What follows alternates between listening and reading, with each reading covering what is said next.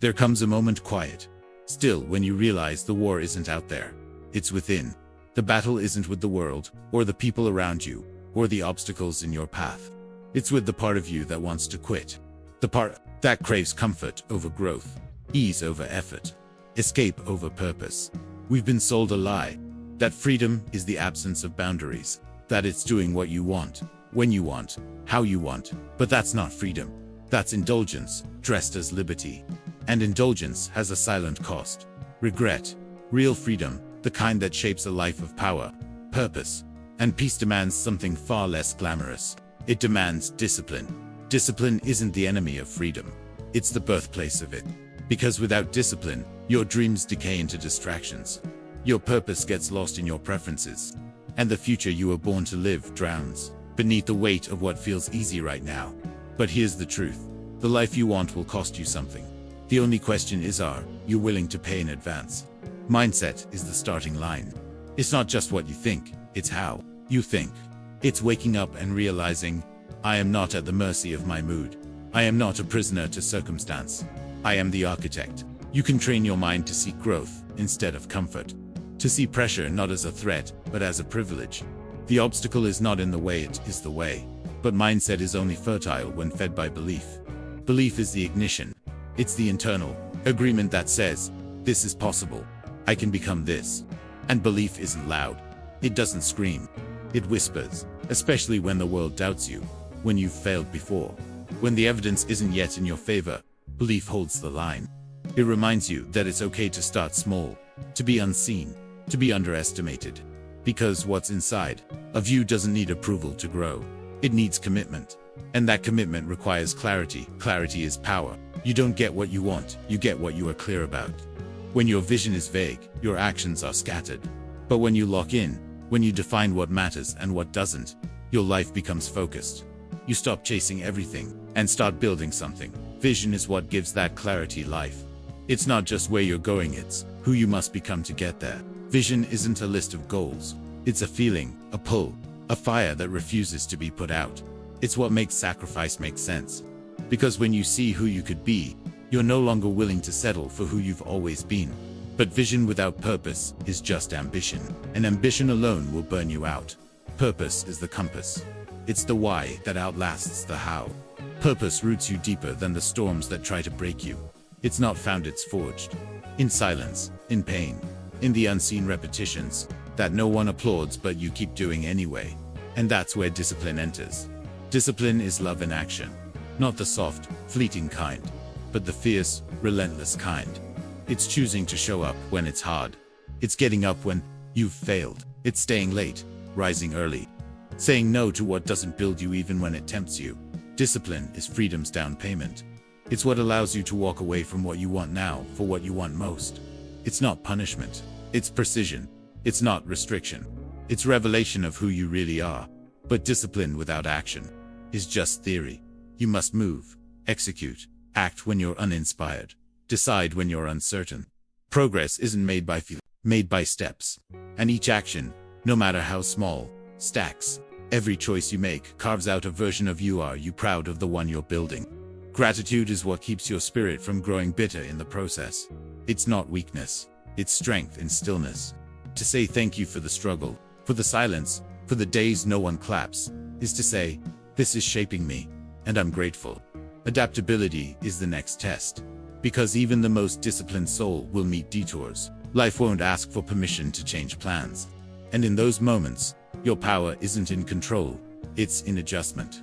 You pivot, you evolve, you reframe, you stop asking why me, and start asking what now.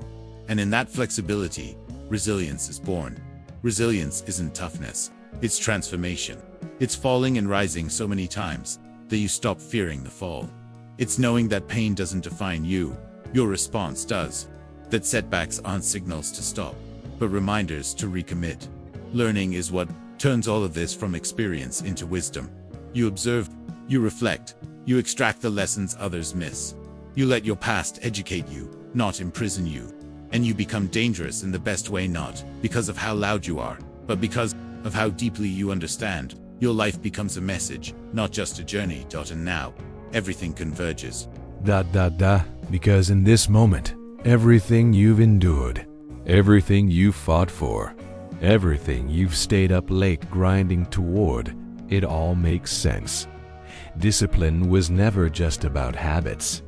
It was never about ticking boxes or checking routines. It was about becoming the kind of person who does not need permission to rise, who does not wait for motivation to act, who does not crumble under pressure, but sharpens in it. You start to realize you weren't chasing freedom. You were uncovering it. Every early morning you didn't skip. Every workout when you could have stayed in bed. Every hard conversation you chose to have. Every time you picked consistency over chaos, you were carving a life where you own your time, where you own your choices, where you own you. That is freedom. Not the absence of responsibility, but the presence of direction.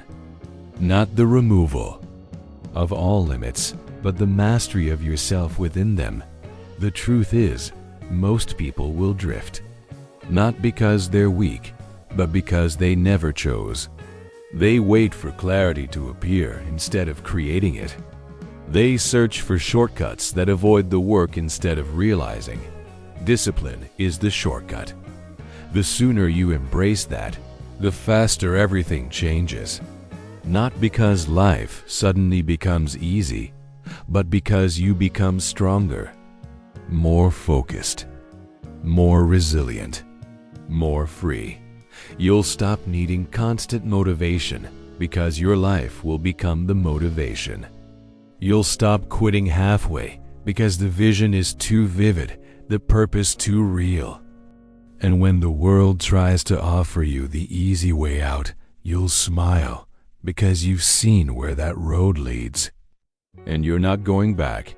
You didn't come this far to drift. You came to take back the pen, to write your own story, not one that's reactive and small and forgotten, but one of fire and depth and impact. A story with backbone, a story with soul, a story of discipline turned into freedom. So whatever you're facing today, show up, not for the applause, not for the validation, but because every rep, every choice, every hard moment is a brick. And one day soon, you'll stand back and see the life you built, and you'll realize this is what freedom feels like. Freedom isn't loud. It doesn't announce itself with fireworks or grand gestures. It settles in quietly when you wake up without dread, when your habits align with your values, when your life no longer pulls you in 100 directions, but flows in one, forward. That's the reward of discipline. Not the grind for grind's sake, but the inner peace that comes from knowing you're living on purpose. And you start to feel it in the smallest moments, when you say no to the distractions you used to fall for, when you push through discomfort and find power on the other side, when you sit in silence and feel proud of the person you're becoming. You're no longer owned by impulse. You're not run by emotion. You're led by vision, backed by structure, powered by discipline. And the world, it starts to respond differently. Not because the world changed, but because you did. People feel your energy. They trust your word because you follow through. Opportunities find you not by accident, but because you're ready. And on the days when it's hard, and there will be days, it's not motivation that keeps you going. It's memory, the memory of how far you've come, the sacrifices you made, the version of you that refused to give up. You realize something sacred. Discipline is a form of self-respect. It says, I matter enough to keep showing up. I matter enough to build what I said I would. And that self-respect becomes unshakable. Freedom isn't the absence of a schedule. It's waking up with direction. It's not doing whatever you want. It's doing what needs to be done and knowing that you are the one who will do it. No shortcuts. No excuses. Just consistent, quiet mastery. And here's the secret no one talks about. That kind of freedom, it's contagious. When you lead yourself with discipline, you give permission for others to do the same. Your life becomes proof that it's possible. And that's how you create legacy, not through words, through example.